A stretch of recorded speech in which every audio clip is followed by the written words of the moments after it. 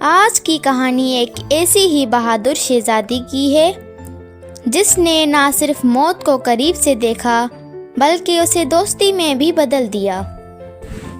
ایک پراسرار جنگل کے درمیان سے شہزادی آفرین گزر رہی تھی۔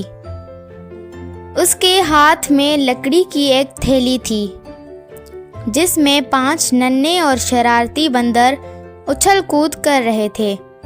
سفر پرسکون تھا اور فضا میں خاموشی چھائی ہوئی تھی۔ اچانک جنگل کی خاموشی ایک خوفناک گرراہٹ میں بدل گئی۔ ایک خوفناک کالا کتا جس کی آنکھیں آگ کی طرح دہک رہی تھیں، شہزادی اور بندروں کے پیچھے آ رہا تھا۔ شہزادی کا دل زور زور سے دھڑکنے لگا اور وہ تیز قدموں سے آگے بڑھنے لگی۔ اسی دوران ایک خطرناک موڑ آیا۔ سب سے چھوٹا بندر بلو ڈر کے مارے تھیلی سے پھسل گیا اور آدھا باہر لٹک گیا۔ وہ بالکل اس کتے کے منہ کے سامنے تھا۔ بندروں میں چیخ و پکار مچ گئی۔ تھیلی کے اندر موجود ایک بندر نے فوراً بلو کا ہاتھ پکڑ لیا اور اسے اوپر کھینچنے کی کوشش کرنے لگا، مگر کتا حملہ کرنے ہی والا تھا۔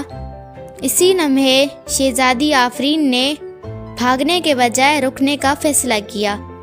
وہ پلٹی، کتے کی آنکھوں میں آنکھیں ڈال کر زور سے بولی، رک جاؤ! یوں لگا جیسے وقت تھم گیا ہو۔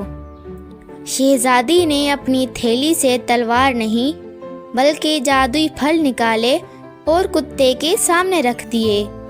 وہ کالا کتا دراصل بھوکا تھا، ظالم نہیں۔